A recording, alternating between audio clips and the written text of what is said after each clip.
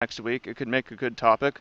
But I feel strongly that our generation is the softest generation of humans to have ever lived. We have seen no conflict. Well, okay, first off, shout out to the veterans. Some people in our generation served, and some of our parents served, but the vast majority of us have never served, don't know what it's like to serve, myself included. Our parents were kind of hippie draft dodgers, and were kind of rewarded for being like morally everyone gets along. Again, like there's been so much conflict throughout history. If you're born in Europe in 1900, you lived through World War One, you lived through World War Two. We haven't lived through shit, man. Like so, that's Yeah, well, why. I don't want.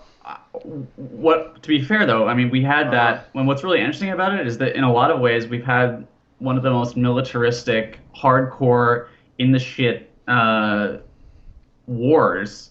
We've had the longest war, Iraq. Iraq and Afghanistan, where Yes.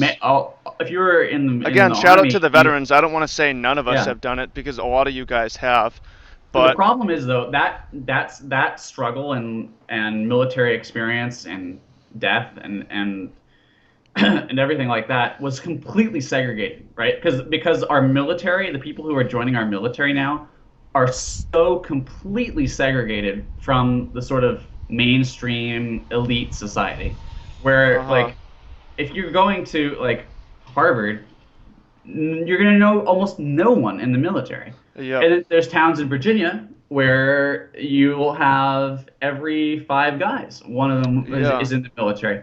So one of the huge failures of our society is that the military is now the province of effectively only half the society, and the people who create culture and who think for us no experience with it. So Yeah.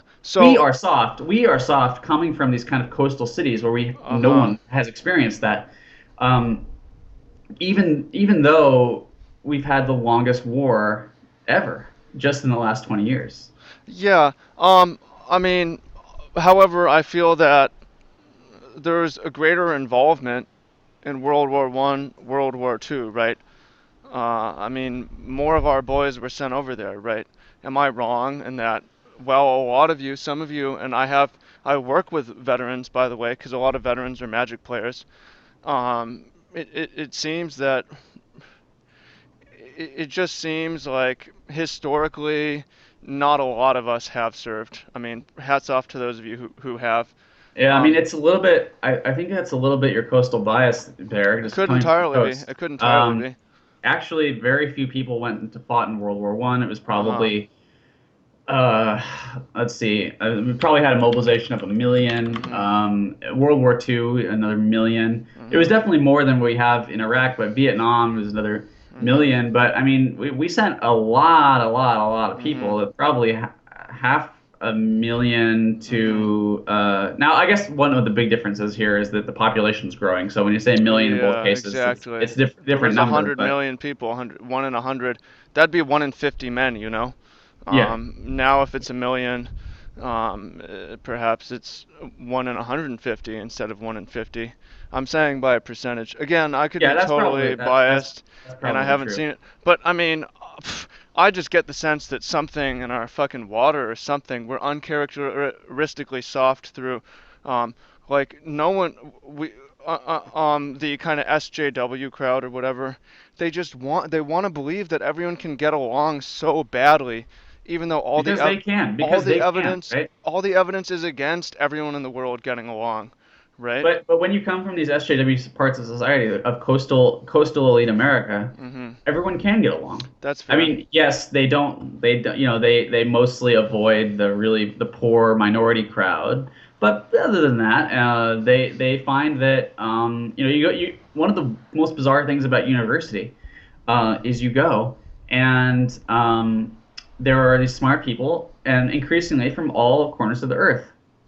And lo and behold, they're all just like you. They're all Western educated. They all have the same Uh, thing. They you like know, and it's queer really theory. diverse cast. Yeah, it's Although like it's fucking Star Trek. Yeah, but But what these that's people not the world. Yeah, yeah. Also, it's very important to differentiate again between diversity of race and gender and orientation and diversity of culture because I've come from these Exactly. elites where like we have our Asian guy and our white guy and our black woman and our Mexican guy and I mean basically, but it's really monocultural. We all speak the same language, Exactly. we have the It's same belief set.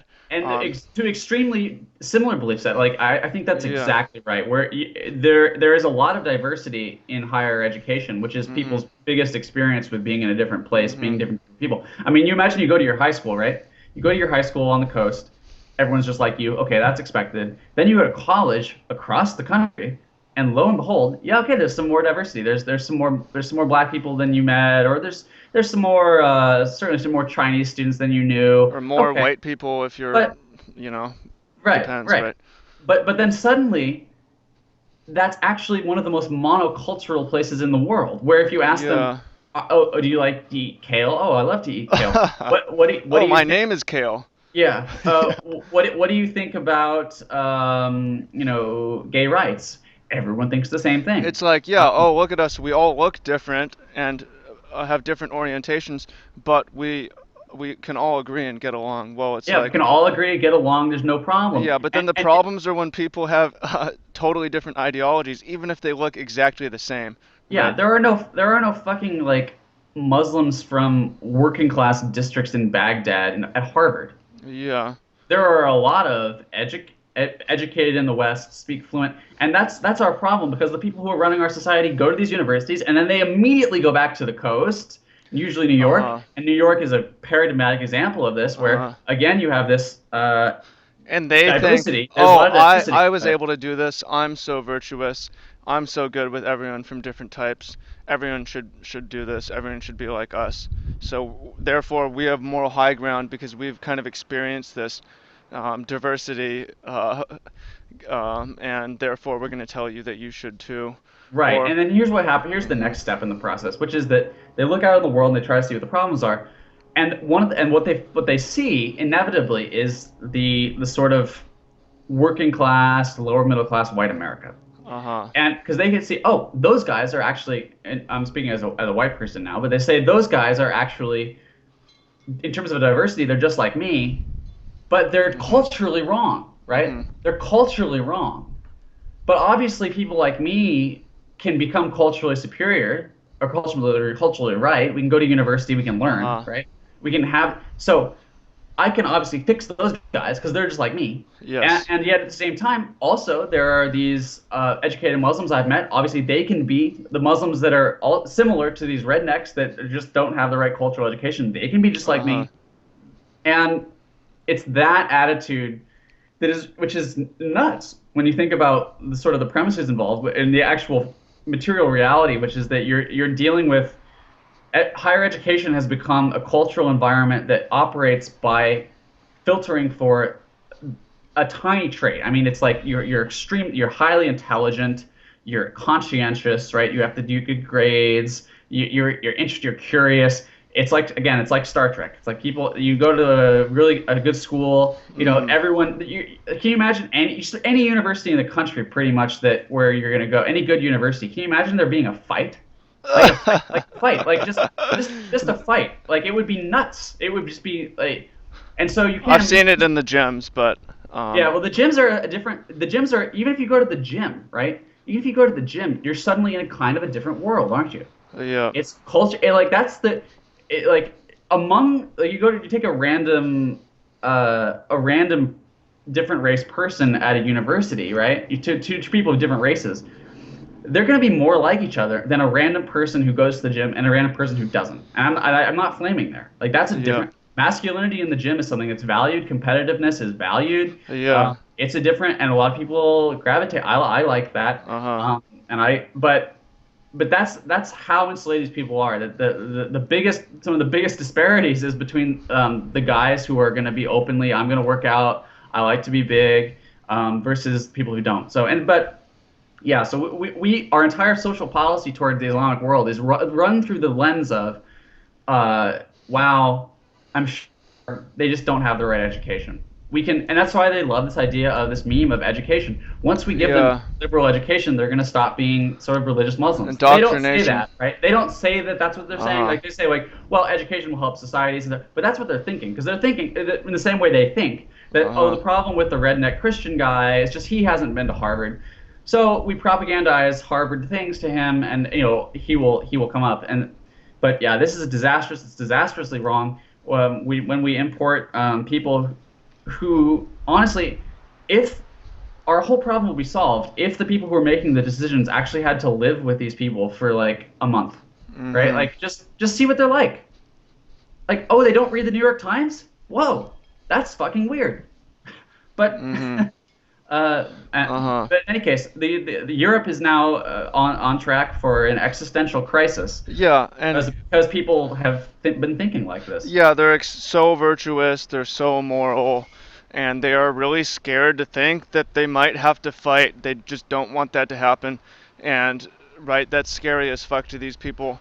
So it's very important to them that the narrative of everyone gets along works. So you see that um, that's what I feel is like we're soft for these reasons. Correct me if I'm wrong, especially if you're a vet and you're listening to this. Again, respect for people who defend not just our nation but any nation around the world. Yeah, Um, those guys aren't soft. And if we one of the solutions we like if we wanted to fix Western civilization, want to really fight for Western civilization right now, one of the best solutions I think we have is just compulsory military service.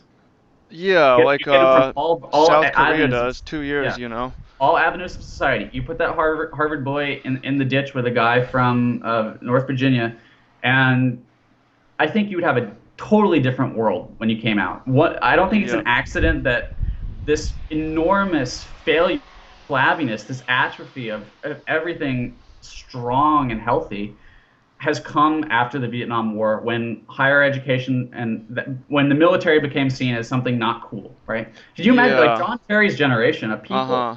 they were like proud to serve in Vietnam. They disagreed with it, but they were proud. They were proud to go, and that was a harder society. Uh-huh. But when they came out, they created a society that said, "Oh, that was a horrible mistake," and it probably was. But we should never fight. It's not cool. Harvard didn't have an ROTC. MIT didn't have an ROTC for the Uh-huh. next 35 years.